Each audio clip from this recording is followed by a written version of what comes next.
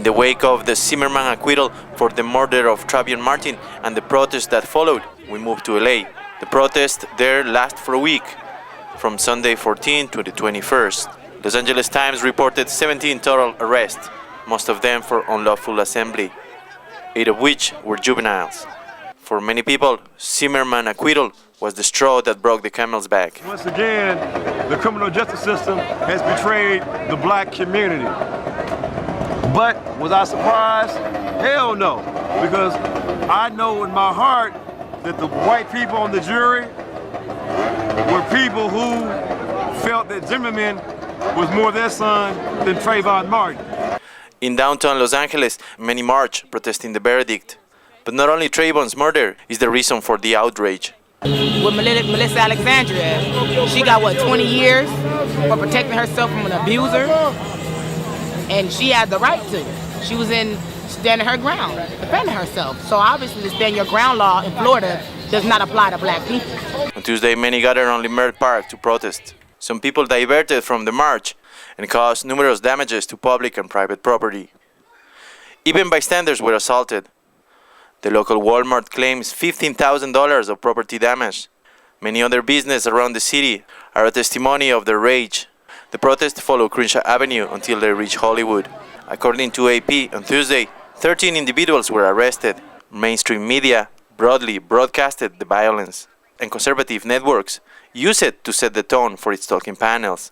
However, Sonny Sasahima, LAPD senior lead officer of the Southwest District, say the police are fully aware that those who vandalize are not the activists who protested in Leimert Park. But just to make it clear, we believe, and in talking with a lot of people, it really wasn't the case of the protesters or the folks that were gathered here at the park causing the problems. It's people that use the protest as an excuse to come out here and cause problems. He further states that LAPD is not a racist institution.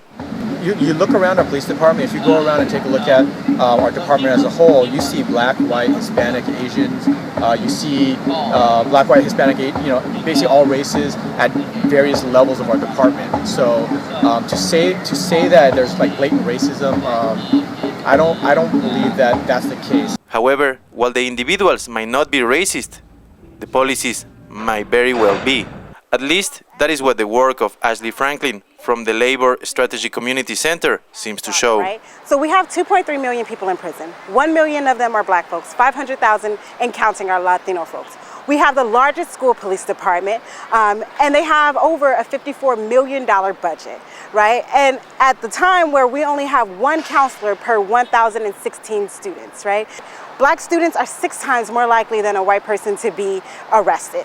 Latino students are 4 times as likely than a white student to be arrested. So given these conditions inside of schools, we have to talk about the school to prison pipeline. What are the laws and the policies that are pushing our students outside of schools and making it so hostile and uncomfortable that they're not learning in schools? Lola Smallwood Cuevas from the Los Angeles Black Workers Center believes that employment is one of the main causes for the youngsters' outrage. The poverty that generationally our families have experienced is pretty much the same for most African American communities. I mean, here in LA County, we have an unemployment rate amongst black working age adults of about 21%. You have an underemployment rate of about 35%. So you have, over half of the black community in a compounded crisis. The Black Workers Center is organizing a broad coalition of black workers in South LA to demand a fair share of the construction jobs created by the Obama administration's stimulus plan. She says that on the first stage, the jobs were filled mostly with Latinos and white workers, leaving the black community very unhappy. Smallwood believes the youth is especially at risk in this issue. You see sort of in the civil rights movement opportunities to come into jobs, and then in the 80s a complete shutdown and a closing of the door and sort of regression and going back to lack of opportunity. And so, I would say in the last 30 years the crisis has gotten to a point where, young black men like Trayvon, unemployment for those young men in our communities at 66%, right? So that's like a genocidal level. At this point, because of the deindustrialization of cities, because of the deunionization, because of the deregulation that allows companies to just outsource work, to pick up and to move to places where it's cheaper and you can really profit off of people. Because of all of that, we have been in this spiral down, and it's created, what's left behind is violence, is hopelessness, is despair, is broken schools, is lack of credit, is poor health. So the economic condition is the root of a lot of what's happening in the Black community. On Leimert Park, we found Luigi, a rapper from the band Witchcraft. He incarnates a generation that meet criminalization and jail at an early age. I mean, I'm from Long Beach originally. I'm from a neighborhood, I'm from where it's corrupt at, everybody robbing people, shooting people.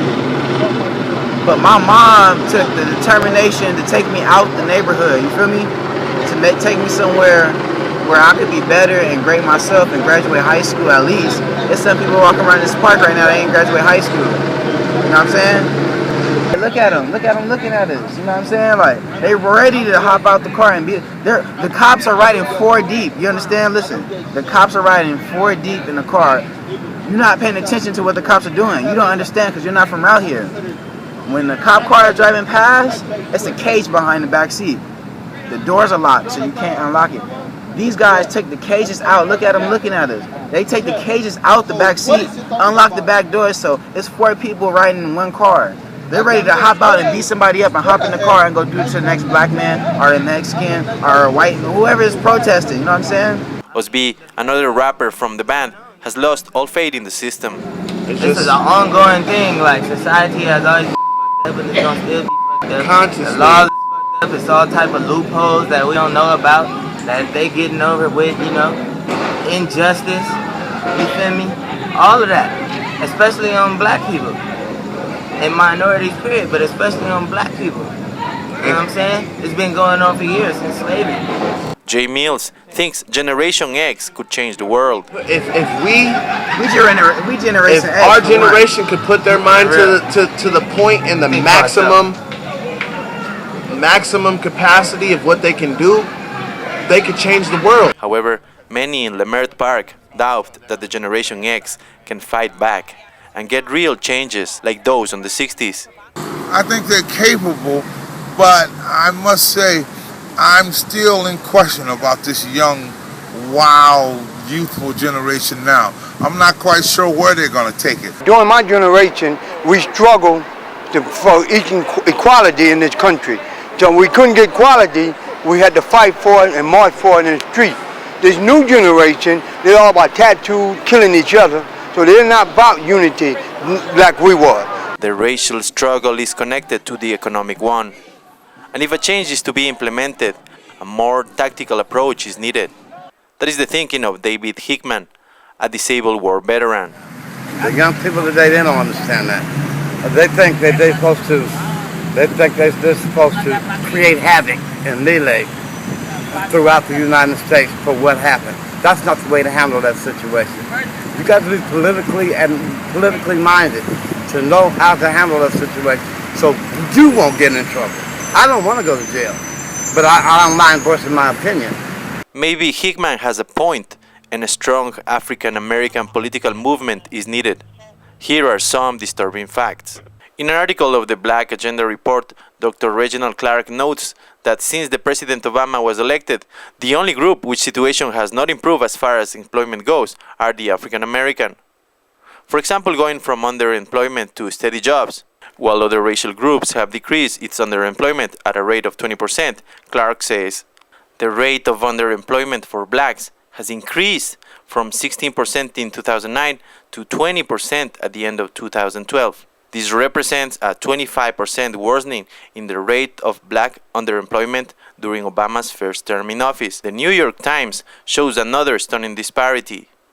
In an article by Sam Roberts, the Times review a study by Becky Petit and Brian Sykes, who tried to quantify statistics about African American populations and found that the real problem is that imprisoned black men aren't figured into statistics about the standing of African Americans. The consequence, she says, is an overstatement of black progress in education, employment, wages, and voting participation. They further note that by the time they turn 18, 1 of 4 black children will have experienced the imprisonment of a parent.